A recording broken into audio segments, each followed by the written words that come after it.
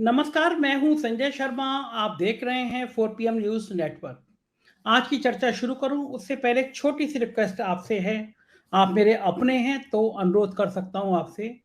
आप सब जानते हैं कि मैं सत्ता सरकारों से कोई विज्ञापन नहीं लेता, कोई उनसे बात नहीं करता क्योंकि उनका फिर प्रेशर होता है। जिन मीडिया संस्थानों को वो विज्ञापन देते हैं तो उनको मन करता है, उनकी इच्छा होती है कि हम वो चापलूसी करते रहें, तो हम गोदी मीडिया थे नहीं और हो भी नहीं सकते। तो इस वीडियो में आप जब नीचे देखेंगे तो एक जॉइन बटन है। तो अगर आप जॉइन करेंगे 4 PM को तो मुझे थोड़ी-सी मजबूती देंगे और मैं आपका आभारी रहूँगा।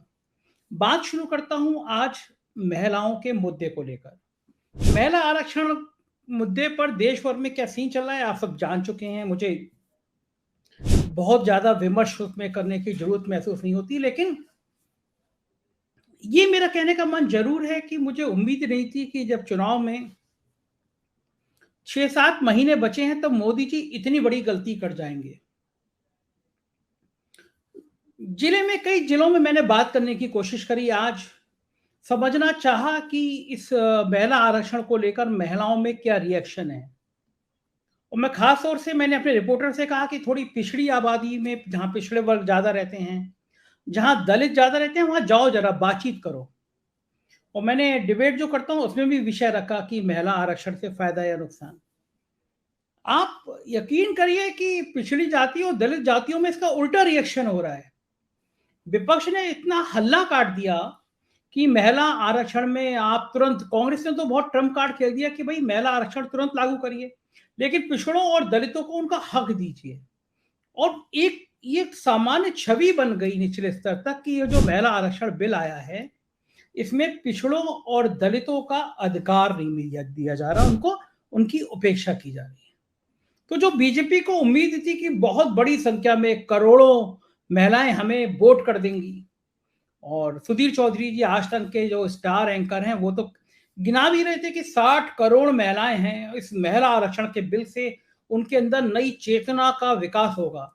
मतलब सुधीर चौधरी जी का ये समझाने का भाव था कि 60 करोड़ की 60 करोड़ महिलाएं जाके बीजेपी को वोट कर देंगी केवल महिला आरक्षण से। लेकिन 24 घंटे के अंदर पूरा दांव उल्टा होता नजर आया। महिलाओं के हित के लिए लाए थे ये, लेकिन बड़ी मजे की बात ये हुई कि सोशल मीडिया ने गांव देहात शहर हर जगह बता दिया कि ये जो बिल है ये तो 2029 के बाद लागू होगा। बिल पास भले हो गया हो, लेकिन महिलाओं को आरक्षण विधानसभा में, लोकसभा में 2029 के बाद होगा। और ये बात बच्चा बच्चा जानता है कि प्रधानमंत्री जी 72-73 साल के हो गए, तो अब से 5 साल बाद वो प्रधानमंत्री नहीं रहेंगे देश के। तो लोगों ने ये मजाक उड़ानी शुरू करी कि जिस तरह प्रधानमंत्री जी ने कहा था 2014 में कि 15 लाख रुपए हर किसी के खाते में आ जाएंगे, जिस तरह प्रधानमंत्री जी ने कहा था कि हर साल हम 2 करोड़ लोगों को नौकरियां देंगे, जिस तरह प्रधानमंत्री जी ने कहा था कि 2022 से पहले देश में रहने वाले हर व्यक्ति के सर पर छत होगी, मतलब हर एक को मकान मिलेंगे, और जिस तरह प्रधानमंत्री जी ने कहा था काला धन वापस आ जाएगा। तो लोगों को लगा कि ये जो तमाम बातें प्रधानमंत्री जी करते रहते हैं, जो उनको लगता है कि अब मीठी गोली की तरह सामने आ रही है, तो ये भी एक चुनावी जुमला था जो प्रधानमंत्री जी ने फेंकने की, कहने की कोशिश करी। लेकिन चुनाव के समय, जब चुनाव सिर पर हो, तब ऐसे जुमले नहीं इस्तेमाल किए जाने चाहिए, कभी कभी उल्टे पड़ जाते हैं। तो मुझे लगता है कि भारतीय जनता पार्टी के नेतृत्व ने या प्रधानमंत्री जी ने गलती करी। और देखिए, छोटी छोटी सी चीजें भी कितना मजाक उड़ाने का, उपहास बनाने का कारण बन जाती है। प्रधानमंत्री जी अपने हाथ में कुछ लेके चलते नहीं, वे को राजाओं की तरह चलते हैं। देखिए, इस बार पहली बार उनके हाथ में एक फाइल दिखाई दी। एक फाइल लेकर वो आ रहे थे, तो ये लगा कि भाई ये महिला आरक्षण बिल लेकर आ रहे हैं। लेकिन जब दिन खराब होते हैं तो छोटी से छोटी चीजों की, आपकी ब्रांडिंग की हवा निकाल देते हैं। तो वो फाइल थोड़ी खुली हुई नजर आ गई, और जब फोटो खिंचा, फोटो डाला, तो देखा फाइल के अंदर तो कोई कागज नहीं है। तो लोगों ने बड़ी मजाक उड़ाई कि प्रधानमंत्री जी फाइल लेके जा रहे हैं, इसके अंदर कुछ कागज तो रख लिए होते। तो जब माहौल खराब होना होता है तो यही होता है कि आप महिला आरक्षण बिल लेकर आए। और यकीन मानिए कि विपक्ष की भी हवाएं उड़ी हुई थी। जब प्रधानमंत्री जी ने कहा कि ये ऐतिहासिक सत्र होगा, तो कांग्रेस की भी हवा खराब थी। सब विपक्षी पता नहीं क्या चीज लेके आए, क्योंकि सभी लोग मानते हैं कि मोदी जी कुछ भी एंड टाइम पे कुछ भी दांव चल सकते हैं, कोई भी फार्मूला ला सकते हैं। और जब महिला आरक्षण की बिल की बात आई तो ये सब भी डरे हुए थे कि कोई ऐसा ड्राफ्ट सामने आ गया कि महिलाओं को, पिछड़ों को, दलितों को पूरे अधिकार मिलते हुए नजर आए तो हमारे पत्ते पिट जाएंगे। लेकिन उस अधिकार की बात बिल से गायब होती हुई नजर आई, वो पार्लियामेंट में दिखाई पड़ गया। कांग्रेस को बिल सपोर्ट करना था, बिल पास हो गया। लेकिन कांग्रेस ने और पूरे विपक्ष ने मुद्दा दे दिया कि इस बिल में भी पिछड़ों और दलितों को पर्याप्त सम्मान नहीं मिला है, और पिछड़ों और दलितों में जो नाराजगी बढ़ रही है, ये बीजेपी के लिए बहुत चिंता की बात है। पूरी दुनिया में ये छवि जा रही है कि भारत एक ऐसा देश हो रहा है जहां पे एक व्यक्ति की मूछ सिर्फ इसलिए दी जाती है क्योंकि ऊंची जाति के लोग उसको घोड़े पर नहीं बैठने दे रहे थे। उसकी शादी हो रही थी, वो बारात में घोड़े पे बैठने जा रहा था तो मूछ ही काटे उखाड़ ली गई। हिंदुस्तान की छवि एक ऐसे मुल्क की तरह सामने आ रही है ऐसी घटनाओं से कि जहां पे ऊंची जाति के लोग दलित और पिछड़ों के सम्मान को पचा नहीं पाते। कहीं दलित नौजवान की हत्या हो जाती है, कहीं मंदिरों में पुजारी रोक देते हैं कि पिछड़ा और दलित है, ये मंदिर में नहीं जा सकता। तो इन सारे मुद्दों को लेकर इस वर्ग में चेतना का संचार हुआ है। सनातन धर्म को लेकर जितनी बहस चली है, उस बहस के बाद सनातन धर्म की कुछ कुरीतियां सामने आई हैं, और ये पिछड़े और दलित जातियों को विपक्ष ये समझाने में कामयाब रहा है कि ये जो सनातन धर्म की बात कर रहे हैं, ये अधिकतर लोग ऊंची जाति से आते हैं जो मनुवाद का समर्थन करते हैं। और ऐसे में पिछड़ों दलितों का महिला आरक्षण पे ये रुख सामने आ जाना मतलब मोदी जी के लिए खतरे की घंटी। और मोदी जी से भी ज्यादा परेशान आरएसएस, राष्ट्रीय स्वयंसेवक संघ है। उसको लगता है कि मोदी जी गए तो उसका जो विस्तार वाला कार्यक्रम हो रहा है, कहीं वो ठप ना हो जाए, कांग्रेस समेत सहयोगी विपक्ष सत्ता में ना आ जाए। मोदी जी से बहुत कंफर्ट नहीं रहता आरएसएस, सब जानते हैं कि मोदी जी आरएसएस को भाव नहीं देते ज्यादा। लेकिन अब पहली बार संघ को लग रहा है कि ब्रांड मोदी कमजोर हो गया। पहली बार आरएसएस को लग रहा है कि ब्रांड मोदी धड़ाम हो रहा है। लेकिन बीजेपी की सरकार ना जाए, भली एनडीए की सरकार बन जाए, इसके लिए संघ सक्रिय हो गया। एक बड़ा नाम है योगी आदित्यनाथ का। हिंदुत्व की पाठशाला के मास्टर हैं, हिंदुत्व का कार्ड खेलने के उस्ताद हैं। संघ को उनमें हिंदुत्व की छवि तो नजर आती है, लेकिन मोदी के अगेंस्ट आके योगी को सपोर्ट करना भी कम खतरे का काम नहीं था। लेकिन बदलते दौर में जब बलिया से लखनऊ तक, लखनऊ से नोएडा तक, नोएडा से दिल्ली के गलियारों तक ये चर्चा है कि योगी की दिल्ली दरबार से नहीं बन रही है, या लोग ये चर्चा कर रहे हैं कि अगर 2024 में प्रचंड बहुमत के संग मोदी आ गए तो योगी जी की विदाई तय है। और वही लोग चर्चा कर रहे हैं कि अगर 2024 में सरकार नहीं बनी या बीजेपी 220 210 के आसपास रह गई, एनडीए की सरकार भी बनी, तो 2029 में योगी आदित्यनाथ प्रधानमंत्री का बड़ा चेहरा होंगे। क्योंकि देश के अलग अलग राज्यों में योगी आदित्यनाथ की ब्रांडिंग की चर्चाएं हो गई हैं। लोग उनको चुनावी रैली में सुनना पसंद करते हैं। वो जिस हिसाब से उग्र हिंदुत्व की बात करते हैं, वो उग्र हिंदुत्व को लाइन में रखने वाले लोगों को पसंद आती है। योगी आदित्यनाथ उनके हीरो हैं। तो यही कारण है कि लोग फिर उनको पसंद करते हैं, सुनते हैं। और दिल्ली और यूपी के बीच अनबन का कारण यही है। लेकिन इस बीच में खबरें आई कि अगर योगी आदित्यनाथ नाराज हुए और उत्तर प्रदेश के चुनाव में उन्होंने थोड़ा सा खेल कर दिया, तो बीजेपी को लेने के देने पड़ जाएंगे।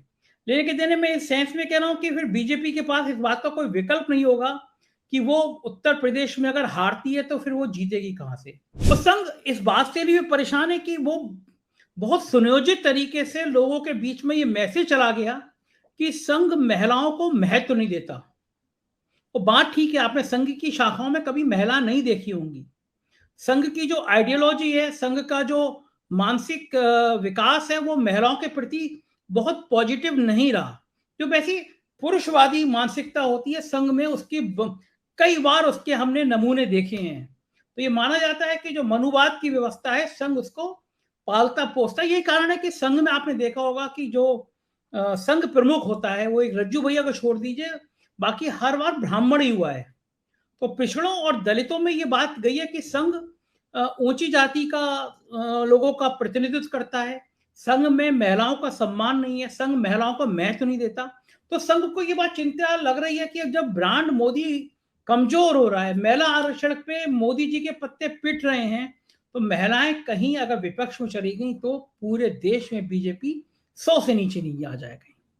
तो आज मैं देख रहा था कि पहली बार मुझे संघ समर्थित एक व्यक्ति ने एक बाकायदा प्रेस रिलीज भेजी है। मैं वो प्रेस रिलीज पढ़ के सुना रहा हूं, आप ध्यान से सुनिएगा, आपको संघ की बहुत सारी चीजें समझ आ जाएंगी। उन्होंने लिखा है कि आरएसएस में महिलाओं की एंट्री 2024 से पहले संघ का बड़ा दांव। यूपी सरकार के साथ मिलकर संघ ने बनाया एक बड़ा प्लान। ये बाकायदा प्रेस रिलीज जारी की गई, कुछ कुछ खास पत्रकारों को भेजी गई, जिससे यह संदेश फैलाया जा सके। लिखा है, संघ के प्रमुख पदों और विश्व हिंदू परिषद, किसान संघ, शिक्षक संघ, हिंदू जागरण मंच, विद्या भारती, अखिल भारतीय विद्यार्थी परिषद के प्रमुख पदों पर महिलाओं की नियुक्ति भी की जा सकती है। अगले साल लोकसभा चुनाव से पहले यूपी में आरएसएस की सक्रियता बढ़ गई है। आरएसएस की तैयारी यूपी में अपनी जमीन मजबूत करने की है। इसी सिलसिले में लखनऊ में संघ और भाजपा की 8 घंटे तक मैराथन बैठक चली। भाजपा और संघ के साथ बाकी सहयोगी संगठनों की बैठक में फैसला हुआ कि आरएसएस का फोकस अब गांवों तक दलितों और महिलाओं की भागीदारी बढ़ाएगा। संघ के सह सरकारवाह अरुण कुमार की अगुवाई में हुई बैठक में यह भी तय किया गया कि संघ अब हर जिले में महिला सम्मेलन करेगा। इसमें भाजपा, विश्व हिंदू परिषद, हिंदू जागरण मंच के साथ बाकी संगठन के लोग सहयोग करेंगे। अभी तक संघ की व्यवस्था में महिलाओं का सीधा हस्तक्षेप नहीं है, बस राष्ट्र सेविका समिति के दरवाजे उनके लिए खुले हैं। संघ से जुड़े लोगों का दावा है कि अब सहयोगी संगठनों में प्रमुख पदों पर महिलाओं की जिम्मेदारी दी जाएगी। महिला विरोधी होने के लगातार जो विरोधी आरोप लगा रहे हैं उनको खत्म किया जाएगा। देश में हर तरफ महिला आरक्षण की चर्चा हो रही है। मोदी सरकार ने लोकसभा में इसके लिए संविधान संशोधन बिल पेश कर दिया है। ऐसी हालत में संघ अपनी पुरानी छवि से निकलने की तैयारी में है। ये संघ की विज्ञप्ति नहीं है, ये एक पत्रकार की तरफ से भिजवाई गई, जिससे ये लगे कि ये प्रेस रिलीज है, मतलब संघ की बात नहीं है पत्रकार, लेकिन है ये एक्चुअल में संघ की एक पत्रकार ने भेजी अपनी भाषा में, जैसे लगे कि पत्रकार की खबर है।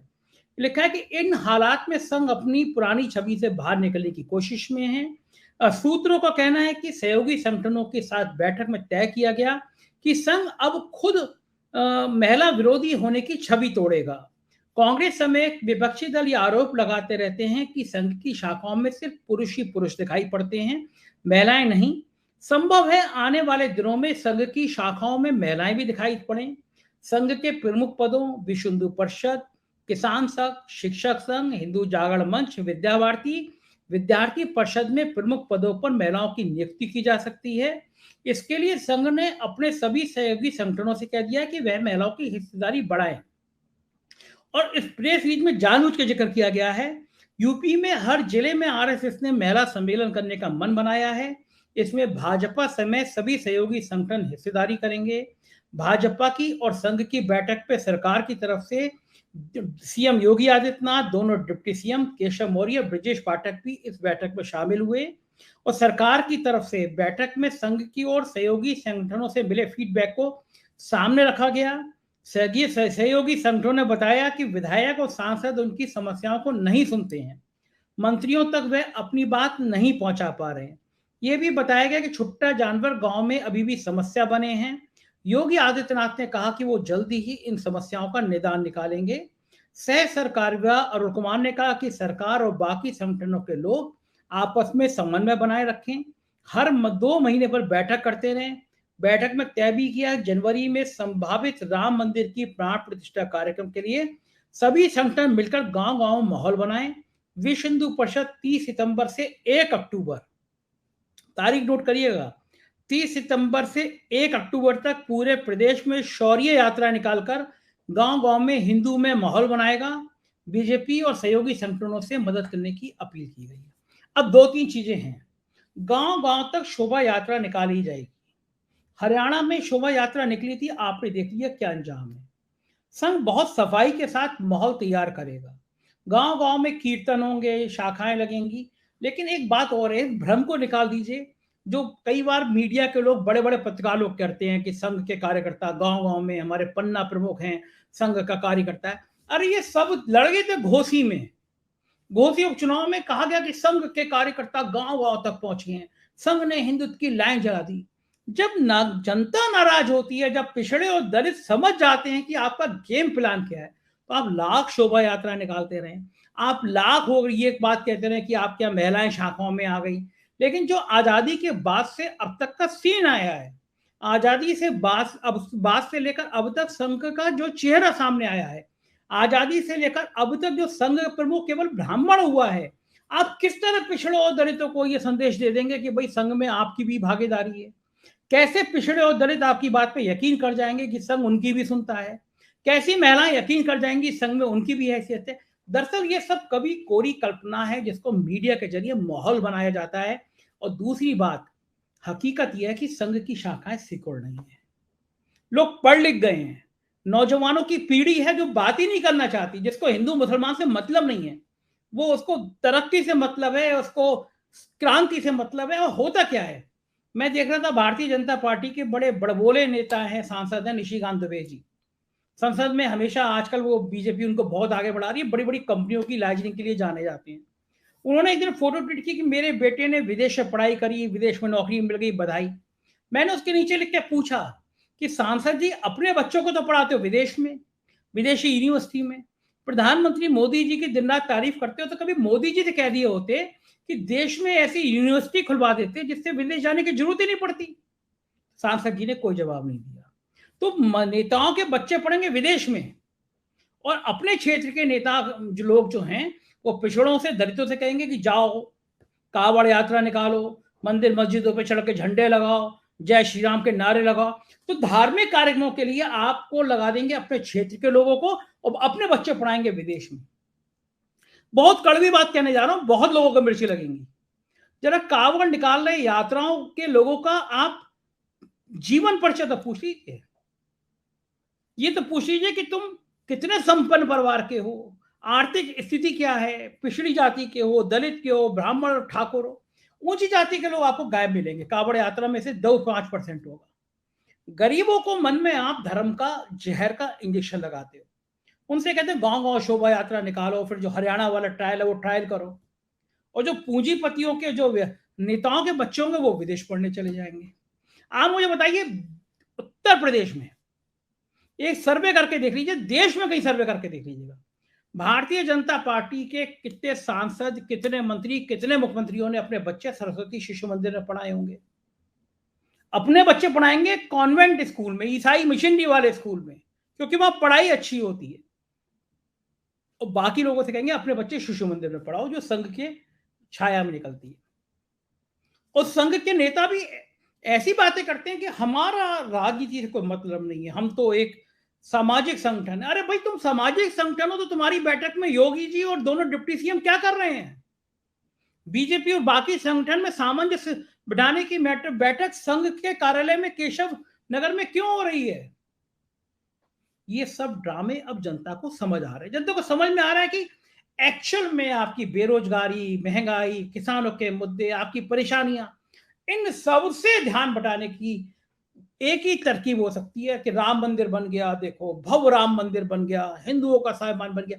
अरे भैया, यहाँ रोजी रोटी के लाले पड़े हैं, लोग दोबारा सिलेंडर नहीं भरवा पा रहे हैं, खाने के पैसे नहीं है, जानवर फसल खाए जा रहे हैं। आप बता रहे हो नहीं, आप तो देखो मूल्य तो टाइट हो गए, एक धर्म तो टाइट हो गया। अरे लोगों को पहले खाने पीने की व्यवस्था कराओ, उनकी जिंदगी में थोड़ा सुख शांति लाओ, उनके बच्चों को पढ़ाई करने का मौका दो, बच्चे बीमार हो जाए तो उनको दवाओं का मौका दो, तब मंदिर और मस्जिद और गुरुद्वारे और चर्च अच्छे लगते हैं। भूखे पेट न होत भजन गोपाला, रोटी से बड़ा कोई सत्य नहीं है, कोई धर्म नहीं है। एक कविता है कि गोली खाकर एक के मुंह से निकला राम, दूसरे के मुंह से निकला अल्लाह, तीसरे के मुंह से निकला यीशु, चौथे के मुंह से निकला आलू। पोस्टमार्टम की रिपोर्ट, पहले तीनों के पेट भरे हुए थे। जो पेट जिनके भरे होते हैं वो धर्म के नाम पर फसाद करते हैं, जिनके बच्चे विदेश में पढ़ के नौकरी कर लेते हैं वो यहां बैठ के धर्म पे साजिश करते हैं, धर्म के नाम पर हिंसा फैलाने की साजिश करते हैं। इन गरीबों की बात कौन सुनेगा? इन पिछड़ों की बात कौन करेगा? दलितों की बात कौन करेगा? इन्हें समाज के बड़े वर्ग में क्यों लाएगा? राहुल गांधी ने पूछा कि जो जितने देश में सेक्रेटरी लेवल के आईएएस अफसर, उसमें पिछड़ी जाति के कितने हैं? पसीने आ गए सरकार को एक सवाल पर। बताइए ना, सचिव या उससे ऊपर के लेवल के जितने अफसर हैं, उसमें कितने दलित हैं, कितने पिछड़े हैं, बता दीजिए ना। आबादी के अनुपात में है, क्यों नहीं है? प्रधानमंत्री जी तो खुद कहते हैं मैं पिछड़ा हूं। एक आयु के बाद टिकट नहीं मिलना चाहिए। अपना प्रधान सचिव किसको बनाया? नृपेंद्र मिश्रा को। आयु देखी है उनकी, 80 साल का व्यक्ति, उसके लिए कोई नियम कायदे नहीं है। ऐसा क्या खास रखा है नृपेंद्र मिश्रा जी में? उनका बेटा भी एमएलसी हो गया, परिवारवाद पे आरोप लगाएंगे मोदी जी। तो साहब ये ड्रामे हैं, और ये ड्रामे अब जनता को समझ आ रहे हैं। जनता को लग रहा है कि ये बुनियादी मूल की जो चीजें हैं उनसे विमुख रहने के लिए ये सब नाटक होते हैं। आप अपने अंदर चेतना जगाइए, धर्म और जाति को नकारिए, विकास को चुनिए। जो लोग धर्म के नाम पर हिंसा फैलाते हैं उनको दरकिनार करिए। इस मुल्क को मजबूत बनाइए। ये मुल्क मजबूत होगा, हिंदू मुसलमान प्यार से रहेंगे तो विकसित होगा देश। इस खेल को समझिए। आने वाले कुछ महीने बहुत खतरनाक है। मैं सजा करता रहूंगा। आप देखते रहिए 4 PM। ज्वाइन जरूर कीजिएगा। हमारे राज्यों के चैनल हैं 4 PM यूपी, बिहार, गुजरात, महाराष्ट्र, कर्नाटक, उन्हें भी सब्सक्राइब करिएगा। शुक्रिया, थैंक यू।